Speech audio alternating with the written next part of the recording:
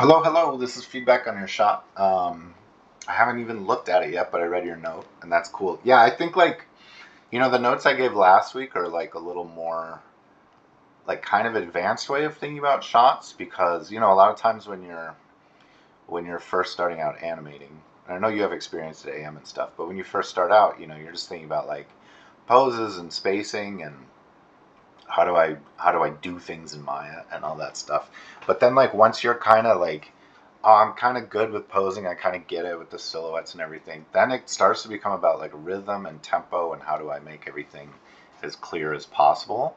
So I feel like that's kind of like where you're at now, which is kind of cool. That's kind of a fun, it all feels to me like design exercises. You know what I'm trying to say? Like you design the shot, you design the motion and where your audience's eye is going to be looking and all the rest of it. So I know those notes last week were kind of like going into territory and ground that maybe we haven't covered too much before in class, and that doesn't feel entirely fair to like spring on you, but I think that's kind of just like where you're at in like crafting and designing shots and all that stuff. It's a little bit next level, but that's the stuff that makes it really fun. Um, yeah. Okay. Anyways, so yeah, this is looking great. Um, let's go through here and see what is what. So what some of the things I'm noticing right away is like this. I feel her reach up like a lot more. Like that's reading a lot more clearly to me what's going on there. Um, I kind of think, though, it feels like she's reaching up and just kind of pausing and waiting for the sword to come to her. It'd be cool. And again, I know these notes are kind of big and I know our time is tight. So if you don't get to it, it's fine. It's totally fine. I'm not going to like, there's no dinging to your grade or whatever. So, I'm not always giving you notes that's fair to the amount of time that we have left. So just know that. I don't want to be like a source of stress. But here it's really great how she's coming up to meet him, but I feel like she's kind of stopping. So maybe we can continue like the center of gravity to kind of like raise up to meet. Because here it raises up, but it kind of stops. And it's sort of inexplicable why she would stop. It doesn't feel like she's stretched at like the limit of how she could stretch. Like we see that there's still like kind of slack in this leg. It's one way to talk about it. Like if the leg was fully extended, we'd need to like pick the heel up off the ground and like rotate it, and that leg would be like totally straight, and then the arms would have to be. I know I probably was giving you advice to like try to clear the face of this arm, but maybe we can get this arm up, and we should definitely get the head kind of like looking at the sword. So maybe there's a way to keep her eyes clear, but get that arm straight, get both these arms straight and pointed kind of more like right at wherever, the contact spot that she's kind of aiming for is. So, yeah, so I would keep that upward motion going, or, it's fine. You can delay it even. She can be more like hanging out here and delay the up. That's the other way to solve it, I would think, is kind of delay the up until the timing's going to work out, where she's going to meet him, on this frame with everything she's got. You know what I mean? Um, so yeah, I would again try to straighten out this arm. This is cool that has a little bent because maybe it got there first, and I think we can clear the head because right now it kind of looks like she's staring at his face, but maybe this is an opportunity to clear the eyes by having it just like look up at the sword. Um, yeah. Anyways, just some thoughts about that. This is really cool, that maneuver. It may be able to be a little bit faster. I feel like it comes up here, but maybe there's just a little too many frames in this kind of space here with her feet and her cog, like maybe it can be a little more like oh jeez, that was horrible. Okay, so my explanation being like mean that it's like really quick beats. I'm not saying put a point in it. I'm going to delete that drawing. Let's pretend like that never happened, but maybe just a little quicker through this transition here with her center of gravity and her foot coming over. I think maybe you can like lose a couple frames in here, or at least just make it quicker, her getting into this, right? Yeah, and so what I would do here is like as soon as her hand comes off the sword, which seems to happen like here, I want to get it out into this, like a straight pose quicker, right? It should look like she's almost like, because I want kind of, okay, so ideally I would think I want to see this arm kind of in a straight pose and holding there just for like a beat. And when I say a beat, that's probably like 2 to 4 frames. And it doesn't have to be totally still, but it should be like a clear read. You know what I mean? And anything we can do to kind of like get the fingers visible here is going to help that read graphically stronger. You know what I'm saying? Look at that beautiful hand. It looks like an exploding hand on fire. Anyways, yeah, if we have a little beat there and just like a little hesitation, then this push, I'm hoping we can make this push like strong, or as strong as possible. And I know we're dealing with a lot of like overlapping limbs. So, all, you know, when people do like 2 character shots, like, and people say like, oh, that's more complicated. This is the complication, is like getting all this designed where it's all seeming like it's working plausibly and feeling natural, but everything's reading clearly. But maybe there's a way to get this like straight and powerful looking.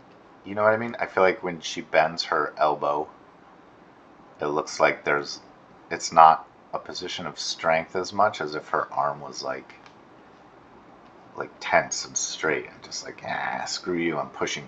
I don't know. Anyways, yeah, I would maybe straighten that elbow and get that push to like really read strongly. And so maybe read strongly is like she pops it out here and there's a little hesitation, and then she throws it back. And maybe in order to kind of sell that, we can get like a tiny twist in the upper torso, you know, to help like support that arm throwing back. I feel like there's something happening here where she's kind of going backwards. I mean, she's hunkering down to brace against this, the weight that she's anticipating is going to be placed on her leg, but it also feels like she's traveling back in Z. This is supposed to be a perspective arrow to show perspective that she's traveling back in Z. It's really some of my finest work, this perspective arrow. But maybe she doesn't travel back in depth, and she actually might go a little bit forward or something. I don't know. It looks like that's a tiny thing, though. It probably doesn't matter. But anyways, see what you can do about getting this straight arm, like clearly reading, pushing back in space. You may want to go more on an up arc with it than a down arc with it. So by the time he's falling, you know, if we're reading this as like, oh, I can't draw this morning. If we're reading this as like, you know, stiff, straight, but maybe like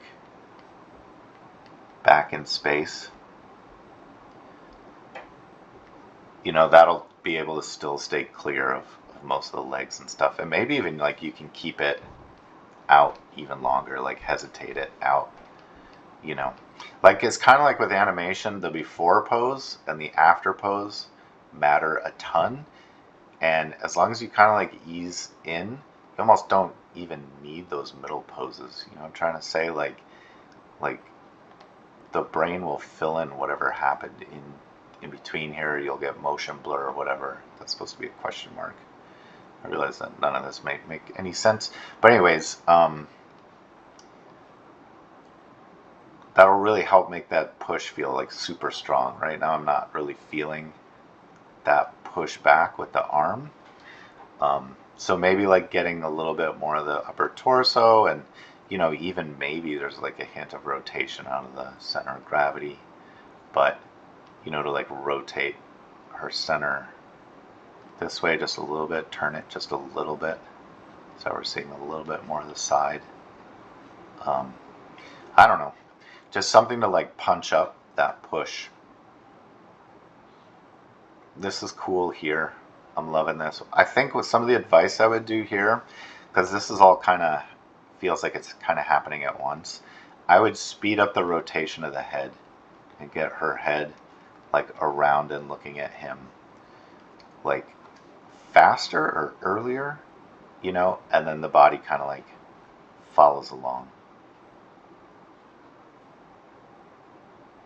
And then there's something about this that I think needs a little bit more attention. This move right here, because when this foot is sliding along the ground, this is kind of, okay, so when she's in this pose, trying to get up to this pose, right? That's going to happen from pushing off of that foot that was planted here.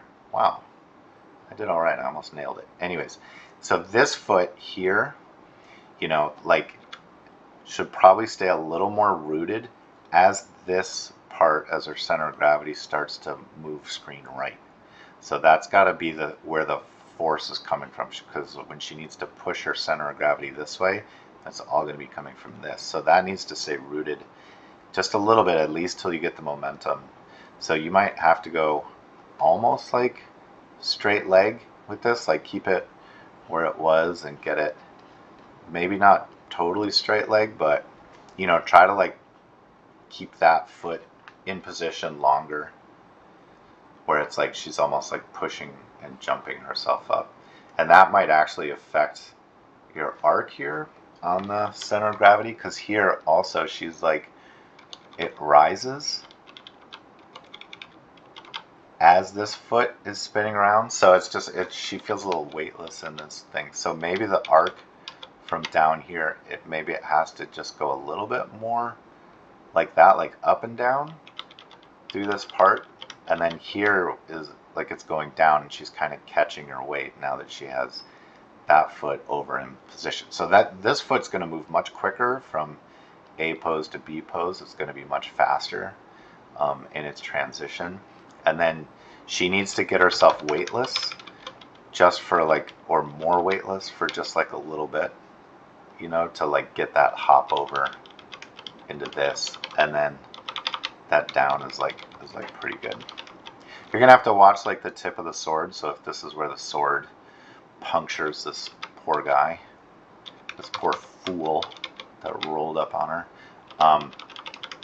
you know, just track like, it probably should be a little bit more over.